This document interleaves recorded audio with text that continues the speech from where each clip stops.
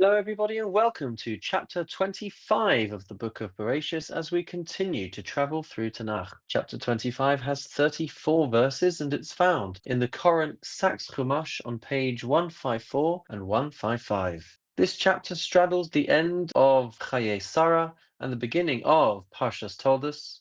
The end of Chaye Sarah will tell us of Abraham's marriage to Keturah and the additional children he has with her, who he sends eastward while leaving his inheritance to Yitzchak.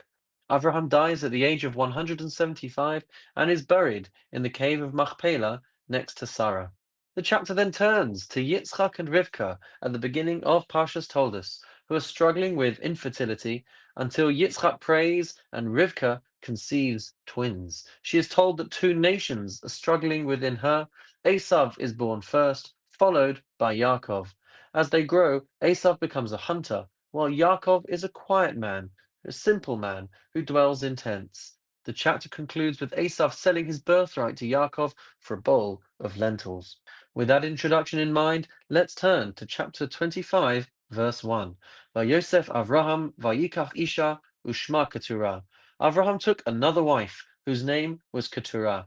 And actually, our rabbis point out that Keturah may well have been Hagar, and he took her once again in order to father more children. Verse 2.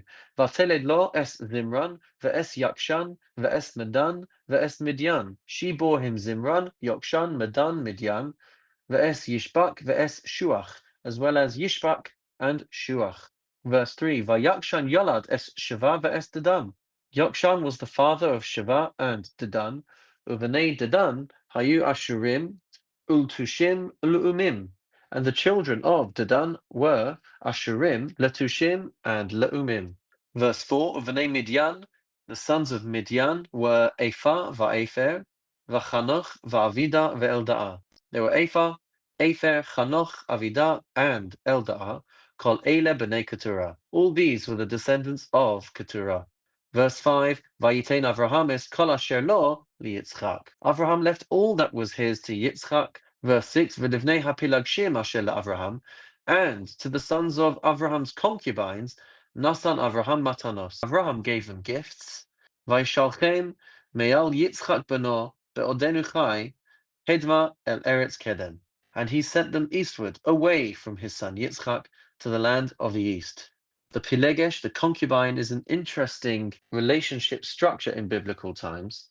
And it's important to understand that while these may not have been wives with the same status as Sarah, for example, because the primary lineage was going to go through Sarah and through Yitzchak and into those generations, nevertheless, Avraham was still responsible for their well-being. And even though he didn't want them to influence Yitzchak detrimentally, he sends them away with enough means at their disposal to be able to continue life. There's an interesting academic note that actually these sons, these children that he's sending off to the east and he's sending them with gifts, what were these gifts? Was it just financial resources to be able to continue life, or is there something deeper going on? And there are sources that talk about these descendants becoming the ancestors of the Eastern religion. And the gifts that Abraham sent them with were spiritual gifts that form the basis for these mystic religions. People often think that mysticism and spirituality and meditation can only be found in the Eastern religions. Yet there are mystics and meditators within the Jewish framework as well. And actually, we too have access to these very deep spiritual achievements and accomplishments through our own ways of meditating. Continuing with verse 7, Ve'ele yemei shnei chayei Avraham asher chai. These are the days, the years of Avraham's life, Ma'as shana v'shivim shana v'chamesh shanim. 100 years and 70 years and 5 years. He lived to the age of 175. Vayigva vayamas Avraham v'seva tova Zakein v'Savea. Avraham breathed his last and died in his ripe old age, elderly and satisfied, Vaye'asef elamav, and was gathered to his people. When we see the word Vayigva, it indicates that this person was a tzaddik and he passed away very peacefully. He expired. Verse 9, Vayikbaru oso Yitzchak v'Yishmael banav el ma'aras hamachpelah. His sons Yitzchak and Yishmael buried Avraham in the cave of Machpelah El Sedei Ephron ben Tzochar Hachiti, in the field of Ephron, the son of Tzochar Hachiti, the Hittite, Asher al Panei Mamre, near Mamre. Verse 10, Hasadeh Asher Kana Avraham Me'es Bnei Ches, the field that Avraham had bought from the Bnei Ches, from the Hittites. Shama Kubar Avraham v'Sarah Ishtar. There Avraham was buried with Sarah his wife. Verse 11, Vayhi Acharei Mos Avraham, after Avraham's death, Vayvarech Elohim es Yitzchak beno, Hashem blessed Yitzchak his son. Vayeshev Yitzchak in Be'er Lachai Roi. And he was dwelling near Be'er Lachai Roi. Verse 12, Ve'ele toldos Yishmael ben Avraham. These are the descendants of Yishmael, the son of Avraham, Asher Yalda Hagar HaMitzris Shifcha Sarah LaAvraham, whom Sarah's maidservant Hagar the Egyptian bore to Avraham. Verse 13, Ve'ele Shemos b'nei Yishmael b'shmosam letoldosam. These are the names of Yishmael's sons in the order of their birth. Before Yishmael Nevayos, the firstborn of Yishmael was called Nevayos, Ve'kedar va'adbeel umivsam. Verse 14, Umishma v'duma umasa. Verse 15, Chadad v'seima yatur nafish v'kedma. Verse 16, Eila heim b'nei Yishmael. These are the sons of Yishmael, v'eila shmosam, and these are their names, b'chatzreihem u'b'tirosam, by their villages and encampments, shneim asa nasiim l'umosam, 12 princes and their tribes. Very important to note here that Yishmael, as a descendant of Avraham, goes on to father 12 tribes, 12 princes who become the leaders of their own regions. And that is not a coincidence, as we will see Yaakov will go on to have the 12 tribes of Israel. This is still a fulfillment of the divine promise that Avraham will be the father unto nations. Verse 17, Ve'ele shnei chayei Yishmael ma'as shana u'shloshim shana v'sheva shanim. And these are the years of Yishmael's life. He lived for 137 years. Vayigva vayamas vayeyasef elamav. He breathed his last and died. He expired as well and was gathered up to his people. That word again, vayigva. The rabbis point out that Yishmael actually did teshuvah and died with a degree of righteousness. And when he was mentioned previously as accompanying Yitzchak in the burial of Avraham, that's because he had actually come round to understanding his place in the world, understanding that the Jewish people will be fathered via Yitzchak and his descendants, and yet he was still able to be present there for the burial of his father. And this last verse of Parshas Chayei Sarah, before we continue into Toldos, Vayishkenu mechavila ad Shur, asher al panei Mitzrayim, bo'acha Ashura. The Ishmaelites dealt from Chavila to Shur, up against Egypt, all the way to Assyria, al panei cholechav nafal, settling up against all their brothers. Verse 19, as we continue into Parshas Toldos, Ve'ela Toldos Yitzchak ben Avraham. These are the descendants of Yitzchak, the son of Avraham. Avraham holid es Yitzchak. Avraham fathered Yitzchak. And it seems that because we don't actually list the descendants of Yitzchak ben Avraham at this point, Rabbi Sachs translates this verse as, this is the story of Yitzchak, the son of Avraham. Verse 20, Vayhi Yitzchak ben Arbaim Shana bekachto es Rivka. Yitzchak was 40 when he married Rivka, bas Besuel Ha'arami, the daughter of Besuel the Aramean, mi Padan Aram, from Padan Aram, Achos Lavan Ha'arami, the sister of Lavan Ha'arami, the Aramean, lo leisha. He took her as a wife for him. Verse 21, Vayetar Yitzchak ladonai lenokach ishto ki akarahi. Yitzchak pleaded with Hashem on behalf of his wife, for she was barren, she was childless.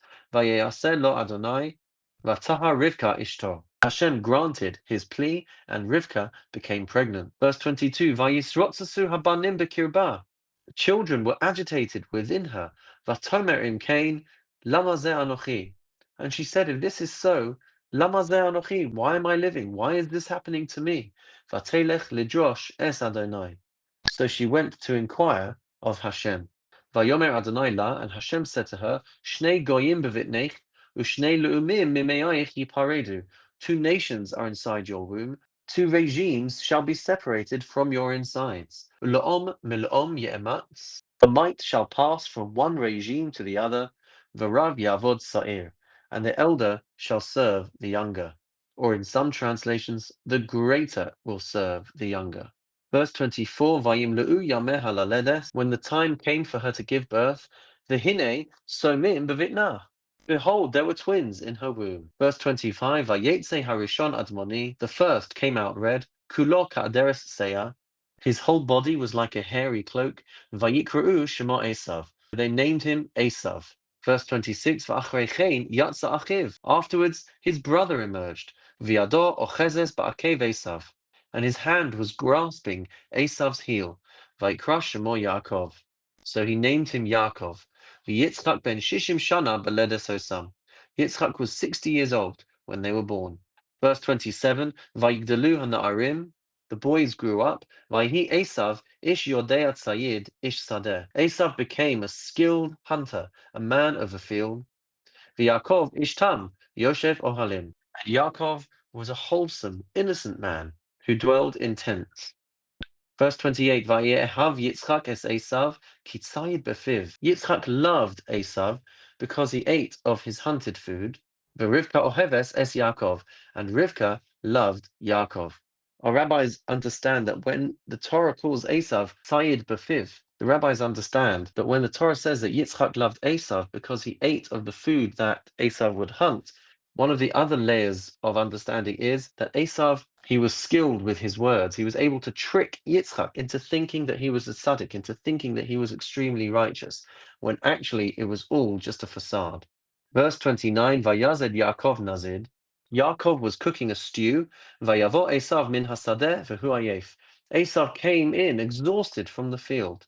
Vayomer Esav el Yaakov, and Esav said to Yaakov, Hal iteni na min ha'adom hazeh. Let me gulp down some of that red stuff. Ki ayef anochi, because I am exhausted.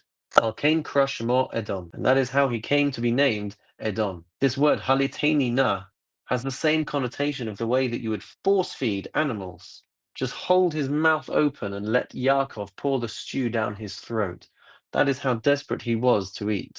And our rabbis explain as well that the reason why Yaakov was cooking this stew is because Abraham had passed away, Yitzchak was mourning over the loss of his father, and Yaakov was preparing a mourner's meal to be able to feed to Yitzchak. Lentils is a food of choice for a person in mourning because the roundness, the circle shape of the lentil symbolizes the cycle and the circle of life. Vayome Yaakov, and Yaakov said, Michrak chayom es b'charasachali. First you have to sell me your birthright today.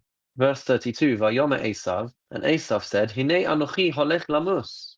Look, I'm about to die. V'lama zeh li b'chara. What use to me is a birthright?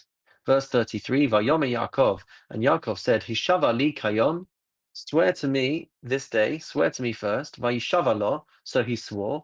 Vayimkores b'choraso Yaakov, and in so doing he sold his birthright to Yaakov.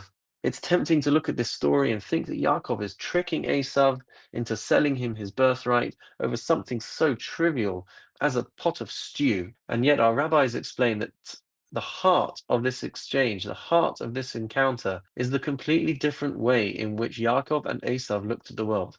Esav did not care about what would come next after this finite lifespan. He says, I'm going to die. Doesn't mean he's going to die immediately. He's going to die someday. And after that, there will be nothing. So what use is the birthright to him?